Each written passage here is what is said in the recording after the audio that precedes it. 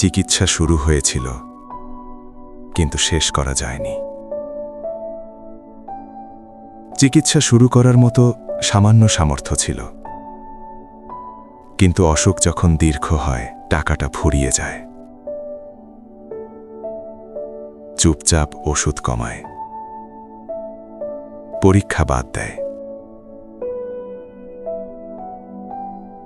আর এক সময় চিকিৎসা বন্ধ করে। এই জায়গাটাতেই অনেক চিকিৎসা থেমে যায়, আর অনেক সময় জীবনও। কিউএনএস আল খায়ের তাদের পাশেই দাঁড়ায়, যারা চিকিৎসা শুরু করেছিল কিন্তু টাকার অভাবে চালিয়ে যেতে পারেনি। এই পরিবারগুলোকে কিউএনএস আল খায়ের আবার চিকিৎসায় ফিরিয়ে আনে। আসসালামু আলাইকুম। আমার আম্মু মোসাম্মদ মারুফা খাতুন,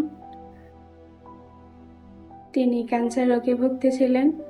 সেই সময়ে কিউএনএস আল খায়ের আমাদের পাশে দাঁড়িয়েছেন।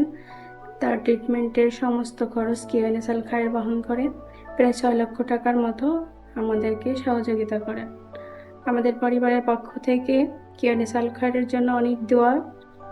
আল্লাহ তাআলা আপনাদের প্রতিটি উত্তম কাজ কবুল করুন, আপনাদের দান ও সেবাকে সাদকায়ে জারিয়া হিসেবে কবুল করুন, দুনিয়া আখিরাতে উত্তম প্রতিদান দান করুন।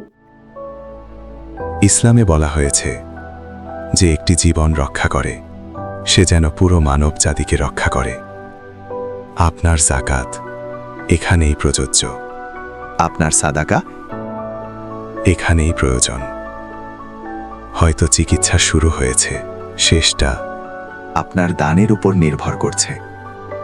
আল্লাহ আমাদের দানকে কবুল করুন। আমিন।